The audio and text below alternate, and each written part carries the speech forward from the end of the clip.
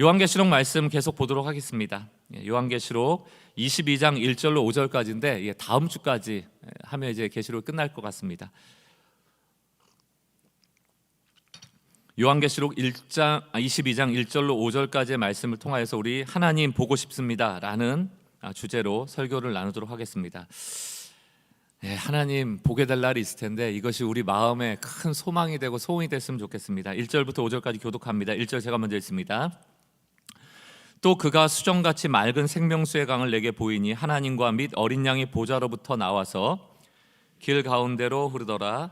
강 좌우에 생명나무가 있어 12가지 열매를 맺되 달마다 그 열매를 맺고 그 나무 잎사귀들은 만국을 치료하기 위하여 있더라. 다시 저주가 없으며 하나님과 그 어린 양의 보좌가 그 가운데 있으리니 그의 종들이 그를 섬기며 그의 얼굴을 볼 터이요 그의 이름도 그들의 이마에 있으리라. 함께 읽습니다. 다시 밤이 없겠고 등불과 햇빛이 쓸데없으니 이는 주 하나님이 그들에게 빛이심이라. 그들이 세세토록 왕 노릇 하리로다. 아멘. 요한계시록 마지막 장에 이르렀고요. 이 마지막 장의 1절과 5절은 지난주에 보았던 새 예루살렘을 이제 마감하는 마지막 내용이 되겠고, 이제 6절부터 21절 이제 마지막 절까지는 에필로그, 소위 얘기하면 요한계시록에 나가는 글이기도 하면서 성경 66권에 나가는 글이기도 합니다. 그래서 사실 요한계시록 22장을 오늘 하루에 마칠 수도 있지만 오늘은 새 예루살렘에 대한 마지막 내용이 되겠고, 다음 주가 어찌 보면 성경의 마지막 에필로그이기 때문에 따로 다루려고 합니다. 오늘 이제 1절부터 5절까지를 볼 텐데 지난주에 보았던 새 예루살렘의 또 다른 묘사예요. 이 성경의 맨 첫 번째 책이 뭡니까? 창세기죠. 창세기에 등장하는 게 에덴 동산입니다. 새 예루살렘, 회복된 예루살렘은 이 에덴 동산하고 연결점이 있습니다. 창세기의 에덴 동산이 창조의 이야기라면 요한계시록에 등장하는 새 예루살렘, 우리가 천상에서 신랑을 맞을 성도들이 곧 예루살렘이라고 했는데 그곳은 어떤 곳인가 하면 타락한 에덴 동산의 재창조 혹은 회복된 곳이라고 말할 수 있습니다. 우리가 잘 알듯이 아담과 하와가 선악과를 먹고 타락했을 때 선악과를 먹었기 때문에 그 옆에 있는 생명나무로 접근할 수 없도록 에덴에서 추방하죠. 그것이 결국 하나님과의 단절이고 하나님과의 단절은 곧 죄입니다. 죄는 우리에게 사망을 낳게 한 것이죠. 에덴의 타락한 상황, 그래서 우리가 실낙원 이렇게 얘기하잖아요. 낙원, 에덴이 실, 잃어버렸다 그 뜻이거든요. 실낙원의 회복이 바로 구원이고 실낙원의 회복이 바로 새 예루살렘으로 보여지는 것이 오늘 1절부터 5절까지의 내용입니다. 오늘 이 새 예루살렘, 다시 말하면 에덴 동산에 회복된 그 곳이 어떤 곳인가 우리가 소망할 수 있도록 그 특징을 키워드 중심으로 우리가 함께 살펴보려고 합니다. 보면 생명수의 강이라는 게 먼저 나와요. 계시록 22장 1절 함께 읽어보겠습니다. 시작. 또 그가 수정같이 맑은 하나님과 및 어린 양의 보좌로부터 나와서, 그러니까 우리가 마주할 새 예루살렘에는 생명수의 강이 있는데 어디로부터 나와요? 하나님과 어린 양으로부터 나온다 이렇게 적혀 있습니다. 지난주 계시록 21장에서 새 예루살렘이 어떻게 생겼다고 그랬어요? 정육면체, 그래서 지성소, 정사각형인 지성소의 복사판이다 라고 해서 새 예루살렘인 도시 전체가 하나님의 임재로 가득한 지성소다. 그래서 거기는 따로 성전이 필요가 없다, 하나님의 영광으로 말미암아 보석과 같이 빛나는 곳이었다, 이렇게 소개를 했습니다. 그런데 오늘 요한계시록 22장에서는 그 도시의 외관만 얘기하는 게 아니고 그 도시 안으로 들어가 봤더니 아마도 그 중간이 되겠죠, 강이 하나 있더라는 거예요. 근데 그 강이 생명수 강이다 이렇게 말하고 있습니다. 수정같이 맑대요. 여러분, 물이라는 게 뭡니까? 강이 흐른다는 게 뭐예요? 왜 대도시들이 강 주변에 있습니까? 강은, 그 강으로부터 오는 물은 생명이에요. 우리가 물을 못 마시면 죽습니다. 물이 있더라도 깨끗한 물 안 마시면 죽습니다. 물이 깨끗한 것은 생명이 있다라는 뜻이죠. 새 예루살렘 안에 흐르는 강물은 수정과 같이 맑기 때문에 이건 우리의 생명을 주는 물이다 해서 생명수 강이다. 근데 그게 어디로부터 나와요? 하나님과 그 어린 양의 보좌로부터 나오다라는 얘기입니다. 죄는 하나님께로부터 끊어진 거죠. 예레미야 2장 말씀으로 치자면 생수가 된 그 하나님을 거절해버린 거죠. 스스로 웅덩이를 판 거죠. 그 얘기입니다. 우리는 깨끗한 물이 없으면 죽어요. 생존할 수가 없습니다. 그 생명수에 물이 흘러야 사는 존재죠. 그러고 보면 죄가 없었던 에덴 동산에도 강이 등장합니다. 사람이 살려면 물이 필요하거든요. 창세기 2장을 보십시오. 여호와 하나님이 동방의 에덴의 동산을 창설하시고, 에덴이라는 게 지역이고 동산이 그 에덴의 어느 지역에 있던 정원과 같은 것이다, 이렇게 보시면 됩니다. 지으신 사람을 거기 두시니라. 9절, 여호와 하나님이 그 땅을 보시기에 아름답고 먹기에 좋은 나무가 나게 하시니 동산 가운데 있는 생명나무와 선악을 알게 하는 나무도 있더라. 두 가지가 있었던 거예요. 10절, 강이 에덴에서 흘러나와 동산을 적시고 거기에서 갈라져 내 근원이 되었다. 비손, 기온, 히데겔, 유브라데, 이렇게 나와 있습니다.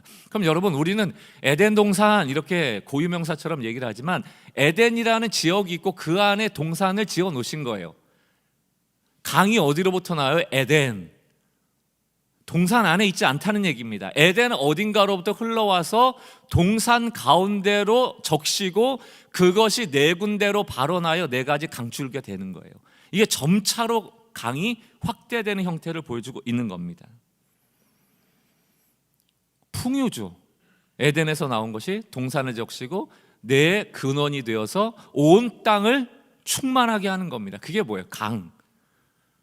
강이 젖줄이라고 얘기하잖아요. 그게 생명이거든요. 요한계시록은 이 모습을 그대로 차용하는 거예요. 범죄하기 이전에 에덴에는 어떤 강이 있었어요? 에덴으로부터 오는 강, 그 에덴 동산 안에 에덴으로부터 오는 강이 있었단 말이에요. 그럼 우리 새 예루살렘이 에덴의 회복이라면, 다시 말하면 그 에덴으로부터 동산을 적셨던 그 강의 출처가 바로 하나님과 어린 양의 보좌였다. 그 얘기를 하고 있는 거예요. 에덴 동산은 이제 아담과 하와는 못 살죠.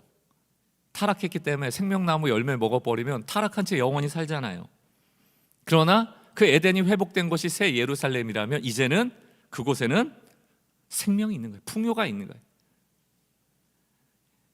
성경 안에는요, 이런 내용이 엄청 많이 나옵니다. 모세오경, 창세기, 출애굽기, 레위기, 민수기, 신명기, 이게 1500년 전에 쓰여졌던 글로부터 수십 명의 저자가 성경을 썼습니다. 무려 40명 정도니까 몇 세대를 걸쳐 썼지만 똑같은 내용이 적혀져요. 대표적인 게 에스겔 47장입니다. 성전으로부터, 하나님이 계신 성전으로부터 물이 나와서 발목과 또 무릎과 허리와 온몸을 채우는 강의 확대된 모습들을 보여줍니다. 그렇게 온 땅에 강이 적셔지니까 어디로부터 나와요? 성전으로부터 나와서. 어떤 일이 벌어집니까? 에스겔 47장 7절, 좀 깁니다만 다 읽겠습니다. 내가 돌아가니 강 좌우편에 뭐가 있어요? 나무가 심이 많대요. 8절, 그가 내게 이르시되 이 물이 동쪽으로 향하여 흘러 아라바로 내려가서 바다에 이르느니 이 흘러내리는 물로 그 바다의 물이 되살아나리라. 죽었던 물이 다 살아나고요. 9절, 이 강물이 흐르는 곳마다 번성하는 모든 생물이 살고 또 고기가 심이 많으리니. 강이 흐르는 곳마다 어떤 역사가 일어나요? 살고 풍성하고. 계속 있습니다. 이 물이 흘러 들어감으로 바닷물이 되살아나 있고 이 강이 이르는 각처의 모든 것이 살 것이며. 10절, 또 이 강가에 어부가 설 것이니 엔게디로부터 에네글라임까지 그물 치는 곳이 될 것이라. 그 고기가 각기 종류를 따라 큰 바다의 고기같이 심이 많으려니와. 12절, 강 좌우가에는 각종 먹을 과실나무가 자라서. 강이 있고 강 좌우에 열매 맺는 나무가 많은 거예요. 그 잎이 시들지 아니하면 열매가 끊이지 아니하고 달마다 새 열매가 맺으리니 그 물이 성소에서 나옵니다. 이유가 나와요. 왜 생명이 막 일어나요? 왜 물고기가 살아나고 바닷물이 살아나고 강줄기가 살아나고 열매가 살아납니까? 그 물이 어디로부터 나오기 때문에? 성소로부터. 창세기 2장으로 치면 에덴으로부터, 계시록 22장에 치면 하나님과 그 보좌로부터. 우리가 산다는 게 뭡니까? 하나님과 연결되어 그 강이 우리에게 부어지는 거예요. 그래서 우리가 생명을 이어가는 겁니다. 하나님과 함께 보좌에 앉으신 예수님, 그 보좌로부터 강이 흘러간다. 그 얘기를 예수님 스스로도 이 땅에 오셔서 많이 들려주십니다. 대표적인 게 요한복음 4장 아닙니까? 예수님이 굳이 사마리아 돌아가잖아요. 사마리아의 오후 땡볕에 아무도 물 들어오지 않는데 우물에 나오는 한 여인이 있었잖아요. 사마리아 여인입니다. 뭔가 자신의 삶의 목마름을 채워줄 무언가를 찾아다니는 여인으로 상징되죠. 그거 어떻게 알 수 있어요? 남편이 여럿이에요. 뭔가 채워지지 않는 목마름이 있는 겁니다. 그 예수님이 그 여인에게 무슨 말씀을 하십니까? 4장 14절, 내가 주는 물을 마시는 자는 영원히 목마르지 아니하리니 내가 주는 물은 그 속에서 영생하도록 솟아나는 물이다. 목마름이 왜 옵니까? 갈증이 왜 와요? 물이 없으니까. 이 얘기를 듣고, 이 기적 같은 일이죠. 그게 뭐라고 그걸 깨달음을 주시니까 그 사마리아 여인의 반응이 뭡니까? 28절, 여자가 물동이를 던져버리고, 여기 주는 물 먹어야지 사는 건데 이거 버려버린 거. 왜? 생수의 근원을 만났잖아요. 우리는 우물의 물로 살아가는 존재가 아니란 얘기입니다. 우리 영혼에도, 바싹바싹 말라가는 내 영혼에도 물이 채워져야 되는데, 이거 안 채워지면 육신의 물 아무리 뭐가 있습니까? 저기 스위스에서 온 물 마신다고 우리가 사는 게 아니에요. 물동이를 버려두고 동네로 들어가서 사람들에게 이르되, 요한복음 4장 29절, 내가 행한 모든 일을 내게 말한 사람을 와서 보라, 이는 그리스도다. 그리고 30절, 그들이 동네에 나와 예수께로 오더라. 생수의 근원에게 나오더라. 그 얘기 아닙니까?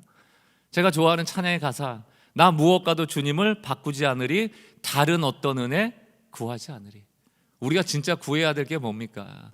좋은 물 마시게 해달라고, 돈 많이 달라고 구하기 이전에 내 영혼에 마르지 않는 샘물을 부어주십시오. 이 기도가 필요하다는 얘기죠.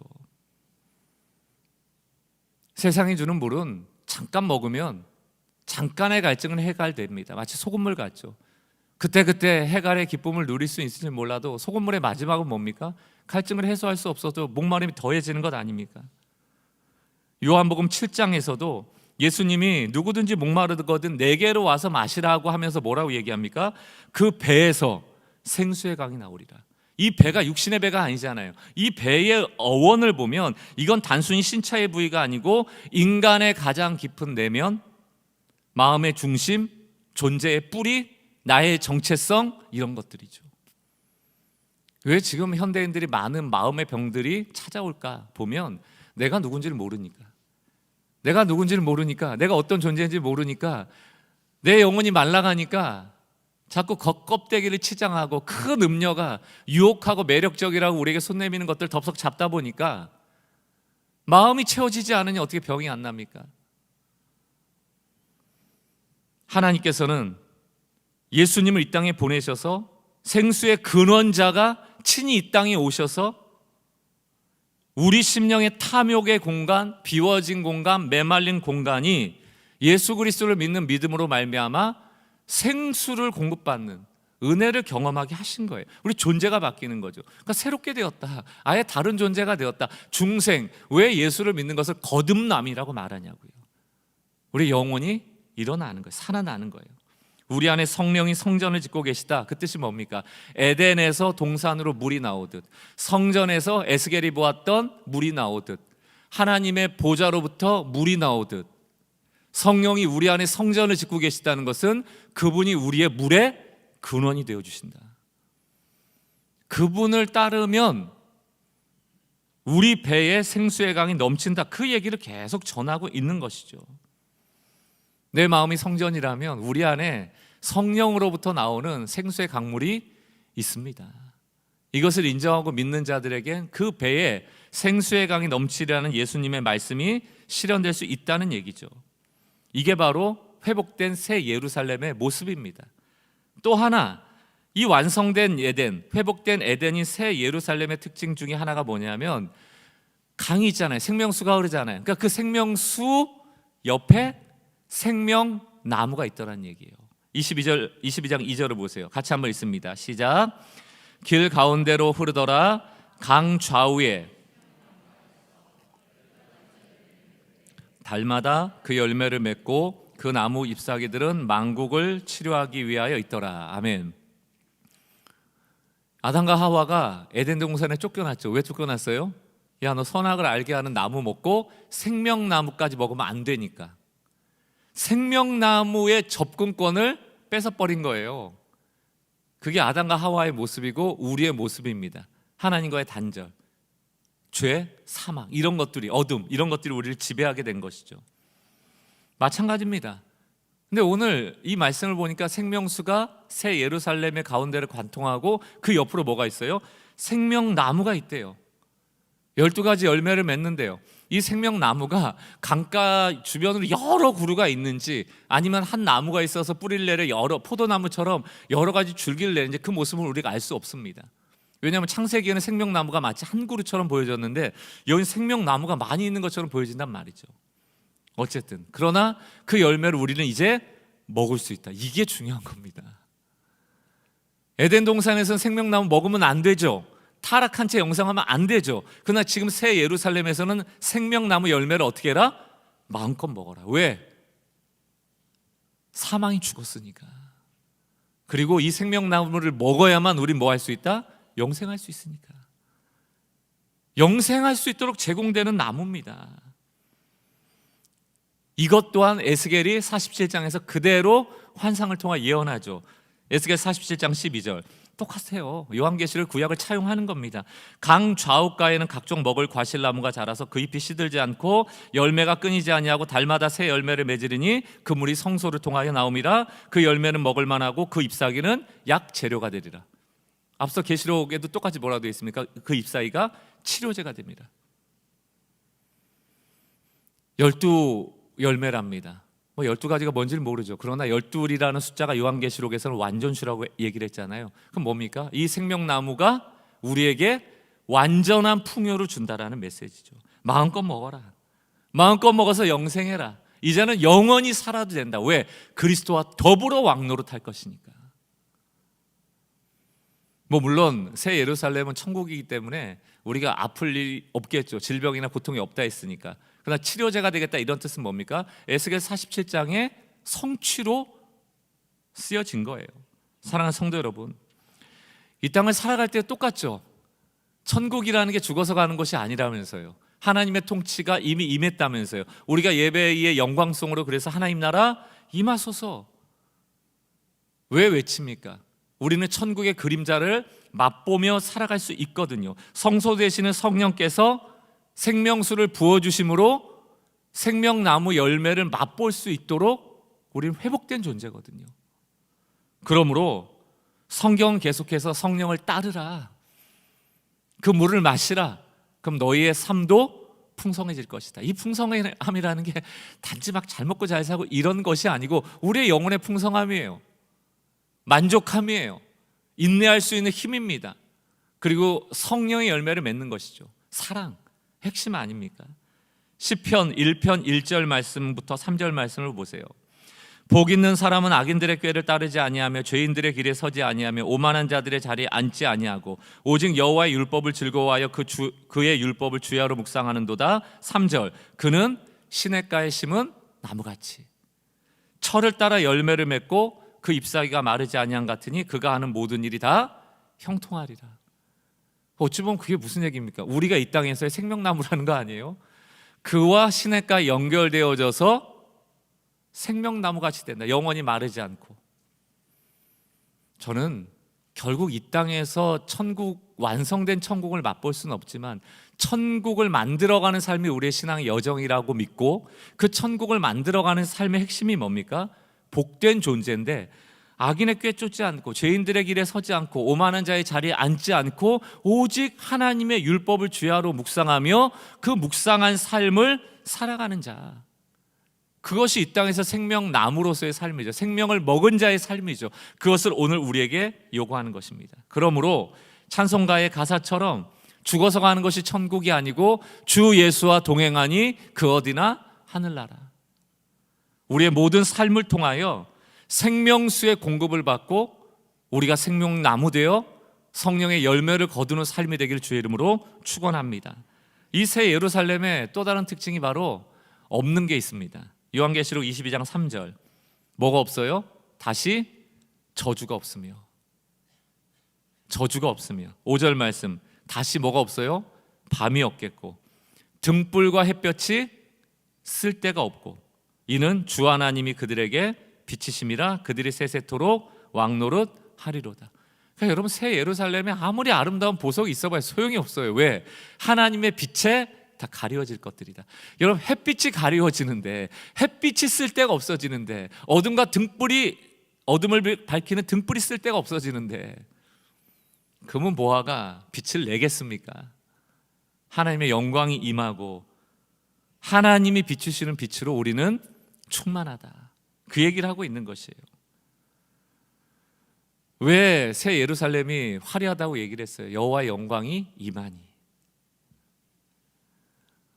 교회도, 여러분의 가정도, 여러분의 삶도 큰 음녀의 삶을 쫓아 치장하여 화려해지는 것이 아니고 하나님의 임재와 영광 속에서 빛이 나는 거죠. 우리는 발원체가 아니잖아요. 반사체란 말이에요. 우리 스스로 빛을 발하는 존재가 아니고 하나님의 빛을 받아 그 빛을 보이는 자들이죠. 하나님의 선하심을 드러내라. 예수 그리스도의 복음을 드러내라. 하나님이 쓰시는 아름다운 반사체들 되시길 주의 이름으로 축원합니다.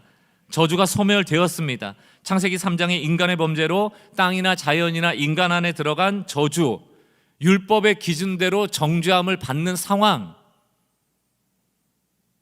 저희가 고난주간 때 얘기 드렸잖아요. 율법은 진단서라고. 너 이거 문제야, 이거 문제야. 마치 의사 선생님이 너 이거 병 걸려서 진단하는 게 율법이에요. 여러분, 진단은 받았는데 고칠 치료제가 없으면 그게 저주 아닙니까? 내가 죽을 날을 받아놨는데 살 길이 없는 거 그 저주 아니에요? 율법은 진단서라니까요. 너 이거 잘못했고 이거 문제 있고 이렇게 하면 안 돼. 끝. 어떡하자는 거야?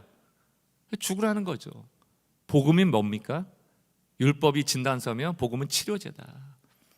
저주를 끊어버리셨다고요. 그 진단서 찢어버리셨다고요. 내가 고쳐줄게. 그게 갈라디아서 13장 아닙니까? 3장 13절 아닙니까? 같이 한번 선포하겠습니다. 갈라디아서 3장 13절 시작. 그리스도께서 우리를 위하여 저주를 받은 바 되사 율법의 저주에서 우리를 속량하셨으니 기록된 바 나무에 달린 자마다 저주 아래 있는 자라 하였습니다. 나무에 달려야 저주를 받는데 우리 나무에 안 달렸잖아요. 누가 대신 달렸습니까? 예수가 달렸잖아요. 예수가 저주를 삭버렸다고요.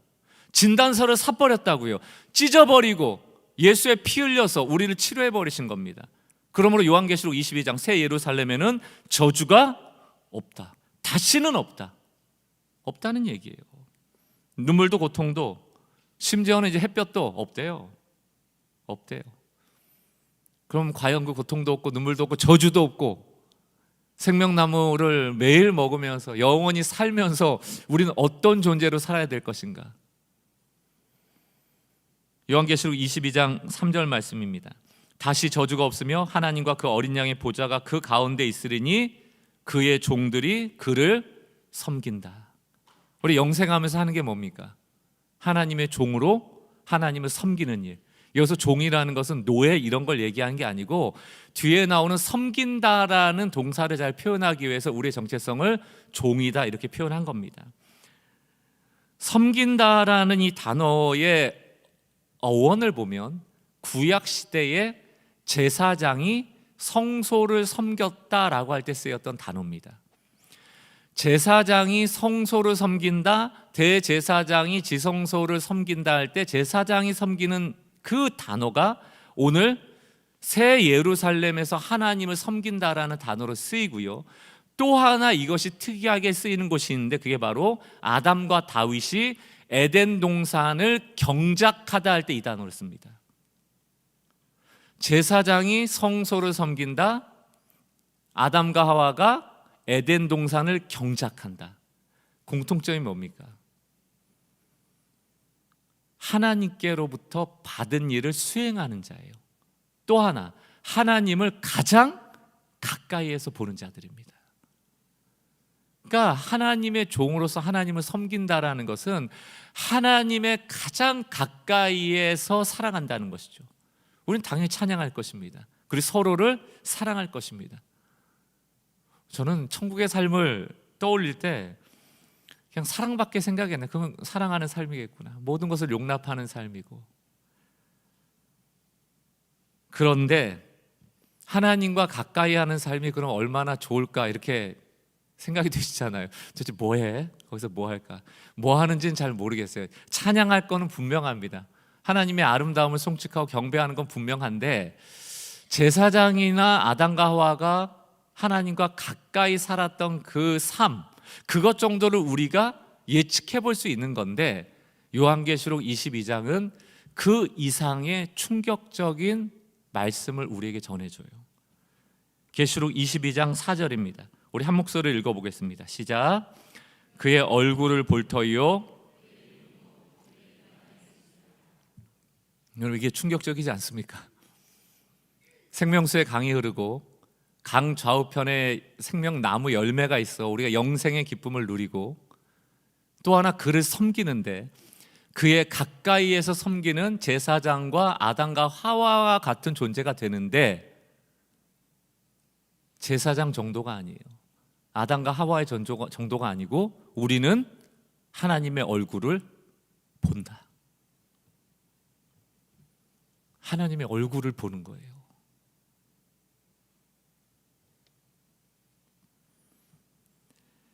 이 신학적 용어가 있습니다. 물론 이거는 주로 캐톨릭에서 많이 쓰는 단어긴 하지만, 하나님의 얼굴을 보는 복에 대하여 지복직관, 지복, 가장 높은 복이다. 직관, 직접 하나님을 보는 것이 지복직관. 무슨 얘기입니까?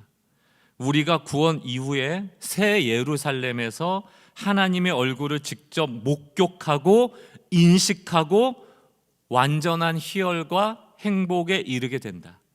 하나님의 얼굴을 보게 되는 것이야말로 하나님의 형상대로 지음받은 인간에게 주어지는 가장 큰 복이다. 어떤 매개체도 필요 없다. 전 이 땅을 살아가는 특히 이런 목사들이죠. 주의 종, 하나님과 세상을 연결하는 제사장 역할하는 성도들도 마찬가지고, 그거 하나 가지고 위세 떨고 그럴 게 아니에요. 결국 우리는 구원받은 이후에 어떤 매개체도 관여하지 않은 채 하나님을 직접 마주하는 복을 누리게 됩니다. 이 예배 시간 안에 이것을 다 묵상하는 일은 쉬운 일은 아닐 거예요. 그러나 여러분, 이 지복직관이라는 이 단어 하나를 마음에 품고 한 주간 묵상하십시오. 하나님의 가장 많은 기적을 경험했던 사람이 모세입니다. 모세가 출애굽기 33장 18절에 뭐라고 얘기합니까? 하나님, 우리 이스라엘 민족을 내버려 두지 말고 하나님의 영광을 우리에게 보여주십시오 라고 할 때 하나님은 그 기도에 응답을 안 하세요. 모세조차도 하나님의 얼굴을 못 봅니다. 아브라함 못 봐요. 온 도시를 빛나게 하는 하나님의 임재는 햇볕도 필요 없을 정도로 영화로운데 우리가 그 얼굴을 보는 특권을 누리는 거예요. 어떻게 보게 될지 모르겠습니다. 사랑하는 성도 여러분, 천국 가는 게 왜 기다려지고 왜 복입니까? 천국 가는 게 왜 복이에요? 금은 보화 때문입니까? 우리의 상급 때문입니까? 여기서는 우리 단칸방에 살아서 힘든데 천국 가면 금은 보화가 있는 곳에서 산대, 그게 우리에게 기다려지는 복일까요? 천국에서 가장 큰 복은 지복직관, 하나님의 얼굴을 봄으로 우리가 이 땅에서 경험하지 못한 황홀경에 들어가는 겁니다. 이 땅을 살아가며 우리에게 복이 무엇일까? 하나님께 무언가를 구해 그 무언가에 만족하는 것이 아니고 하나님을 구하여 하나님의 임재를 맛보는 것이 이 땅에서 그나마 최고의 복인 거예요. 저희가 그래서 무슨 기도합니까? 하나님께 구하는 기도 좀 멈추고 하나님을 구하라. 하나님께 기쁨이 되어지기 이전에 하나님을 기뻐해라. 그것만큼 큰 복이 없다라는 이야기죠. 그래서 민수기 6장에서 아론이라는 제사장이 이스라엘 백성을 축복할 때 어떤 기도를 합니까? 24절, 여호와는 내게 복을 주시고 너를 지키시기 원하며, 하나님의 원하심이에요. 25절, 여호와는 그의 얼굴을 내게 비추사 은혜 베푸시기를 원하며, 26절, 여호와는 그 얼굴을 내게로 행하여서 평강 주시기를 원하노라 할지다. 하나님의 원함이 뭡니까?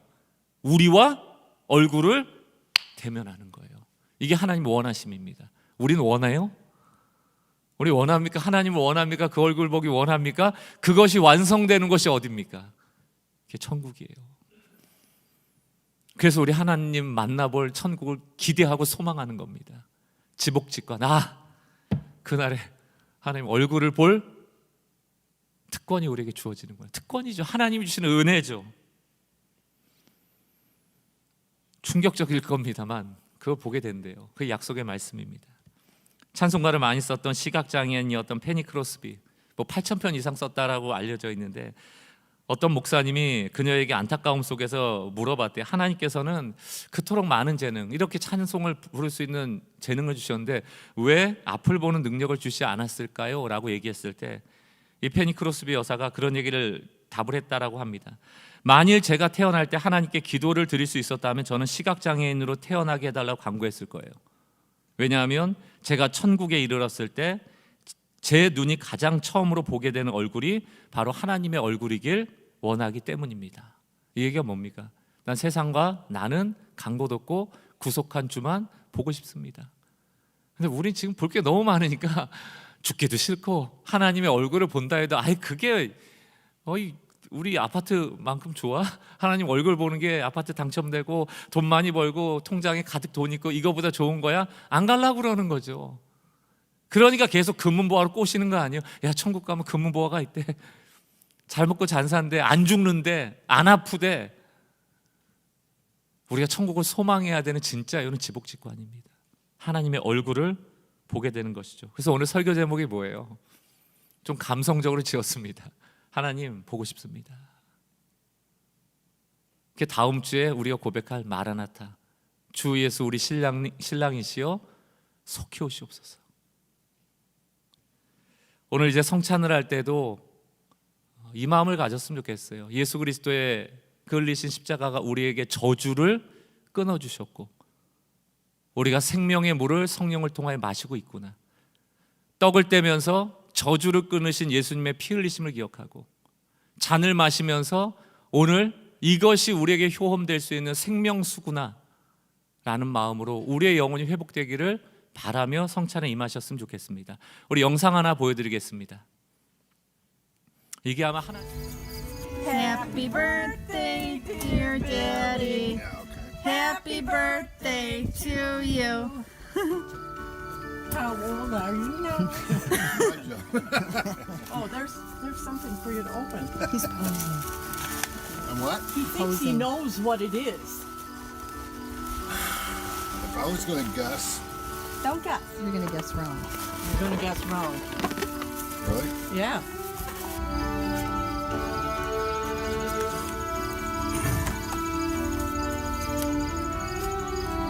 Happy birthday, baby, from all of us. Happy birthday. What is this? Put them on. Sunglasses.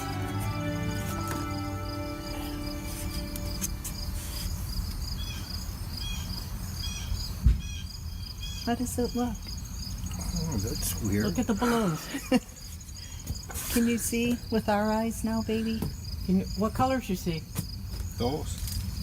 You see colors now?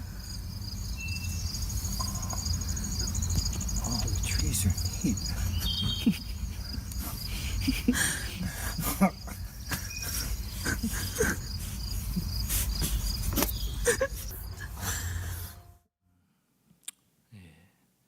생명 환자가 자연을 보는 그 색깔을 볼 때도 이렇게 아름다운데 하나님의 얼굴을 볼 때 우리는 무슨 생각인지 저는 감히 상상이 안 됩니다. 그러나 오늘 우리에게 주어진 가장 큰 복이 하나님의 얼굴을 보는 복이라고 오늘 말씀하셨다면, 우리가 이 땅을 살아가는데도 자꾸 하나님을 구하는 기도, 하나님을 구하는 신앙, 하나님의 임재를 소망하고 그 영광을 맛보는 신앙으로 나가야지, 그저 기복적으로 이 땅에서 잘 살려는 마음으로 얄팍하게 신앙생활해서는 안 되는 것이죠.